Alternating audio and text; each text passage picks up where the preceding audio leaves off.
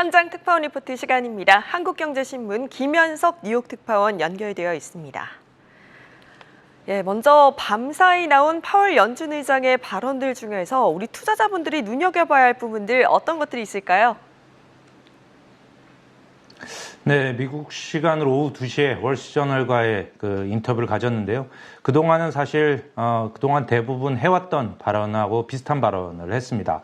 우선 인플레이션과 싸우겠다는 점을 분명히 했는데요. 파월 의장은 인플레이션이 명확하고 설득력 있는 방식으로 하락하는 걸 볼 필요가 있다면서 우리는 그것을 볼 때까지 계속 밀어붙일 것이다 라고 얘기를 했습니다.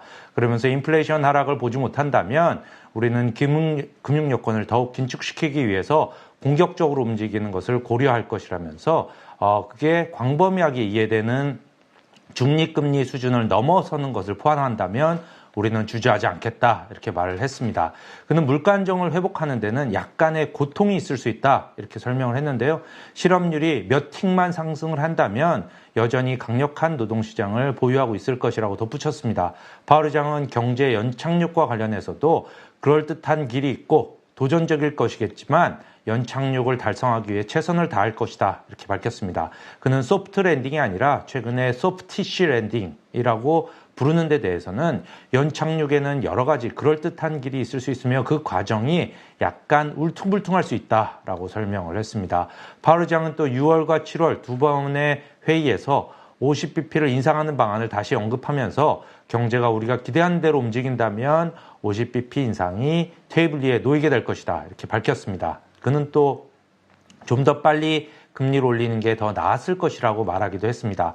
파월 의장은 페드의 긴축에 대해서 주가가 하락하고 금리가 오르는 등 금융시장이 반응하는 데 대해서 투자자들의 연준의 메시지를 이해하고 있다는 것을 보여주고 있다고 말을 했습니다. 그는 우리는 시장 기대에 부응하는 것을 좋아하며 우리가 경제에 대해 말하는 방식을 대해서 금융시장이 미리 반응하는 것을 보는 것은 좋다라고 말을 했습니다. 파월 의장의 발언은 전반적으로 매파적으로 해석이 됐습니다. 채권 금리는 소폭 더 상승을 했고요. 다만 주가도 상승폭을 확대를 했습니다. 파월 의장의 발언 전에 1%대 중반으로 오르던 나스닥 지수는 2% 중반으로 치솟았습니다. 이에 대해서 바이탈 알리지는 페드는 지금 시장의 기대에 만족하는 것 같다. 하지만 시장은 파월의 발언에서 뭔가 더 개선되는 걸 찾으려는 것 같다면서 투자자들은 그동안 파월이 나오면 올랐던 것을 회상하면서 그런 행동을 반복하지 말고 더 이상 통화정책의 망령에 기대는 것을 멈춰야 한다 이렇게 지적을 했습니다. 네, 지금 보면 경기 침체 우려는 큰데 경기 지표는 좋고 또 미국 증시도 지난 금요일부터 반등세를 이어가는 분위기입니다. 그런데 문제는 이 반등세가 얼마나 지속될 것인가 하는 거겠죠. 지금 월가 투자자들 어떻게 대응하고 있나요? 네, 마침 투자자들이 정말 어떻게 돈을 움직이고 있는지 알 수 있는 설문조사 결과가 하나 나왔는데요. 뱅크 오브 아메리카의 5월 글로벌 펀드 매니저 서베이 결과입니다. 이 조사는 월가에서 가장 공신력을 인정받는 조사로 연기금과 뮤추얼 펀드, 또 헤지 펀드 등을 운용하는 매니저 200여 명이 참여를 합니다. 5월에 참여한 매니저들이 운용하는 자산은 모두 8,720억 달러에 달하는데요. 조사 결과를 보면 먼저 현금 비중이 지난달 5.5%에서 이날 6.1%로 크게 상승을 했습니다. 이렇게 높은 비중은 2001년 9월 9.12 사태 이후의 최고 수준입니다. 지난 2008년 글로벌 금융위기 때보다 더 많은 현금을 지금 손에 쥐고 있다는 뜻입니다. 또 주식 비중을 확대하겠다는 매니저는 2020년 5월 이후에 가장 적은 수준으로 떨어졌습니다. 주식을 비중 확대하고 있다는 답변과 축소하고 있다는 답변의 차이를 보면 지난달에는 비중 확대 답변이 6% 더 높았는데 이번 달에는 비중을 축소한다는 응답이 13%나 더 많았습니다. 또 비중을 확대하는 섹터도 유틸리티와 필수 소비재, 헬스케어 등 경기 방어주 중심이었습니다. 기술주는 2006년 8월 이후에 가장 큰 공매도 대상으로 꼽혔는데요. 이들은 유럽과 신흥시장 주식에 대해서도 기피하고 있는 것으로 나타났습니다.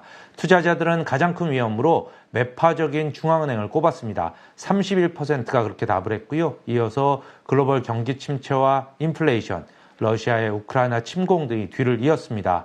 이들은 이번 긴축 주기에 페드가 모두 25bp를 기준으로 해서 7.9회 금리를 올릴 것으로 예상을 했습니다. 모두 200bp를 인상할 것이라는 전망이고요.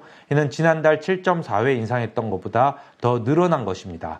이들은 가장 붐비는 거래로 원유와 원자재 매수를 꼽았고요. 미국채 매도, 기술주 매수 등이 뒤를 이었습니다. 기술주 매수는 작년까지 수년간 항상 붐비는 거래로 꼽혀왔는데 답변이 많이 줄었습니다. 이들은 또 S&P 500 지수가 3,529까지 떨어지면 연준의 시장 지원, 즉 페드 풋이 나올 것으로 봤습니다. 지금보다 12% 정도 더 떨어져야 한다는 것입니다. 뱅크 오브 아메리카의 마이클 하넷 수석 전략가는 2001년 9.11 사태 이후에 가장 높은 현금 수준, 또 2006년 8월 이후에 가장 많은 기술주의 공매도, 2020년 5월 이후에 가장 큰 주식 비중 축소를 보면 투자 심리가 매우 부정적이지만 투자자들이 계속해서 금리 인하보다는 금리 인상을 기대하고 있다는 점에서 완전한 항복 상태라 보기에는 부족하다라고 분석을 했습니다. 그는 주식이 약세장 랠리에 가깝다고 믿고 있지만 궁극적인 바닥에는 아직 도달하지 못했다라고 주장을 했습니다. 지금까지 뉴욕에서 한국경제신문의 김현석 특파원이었습니다.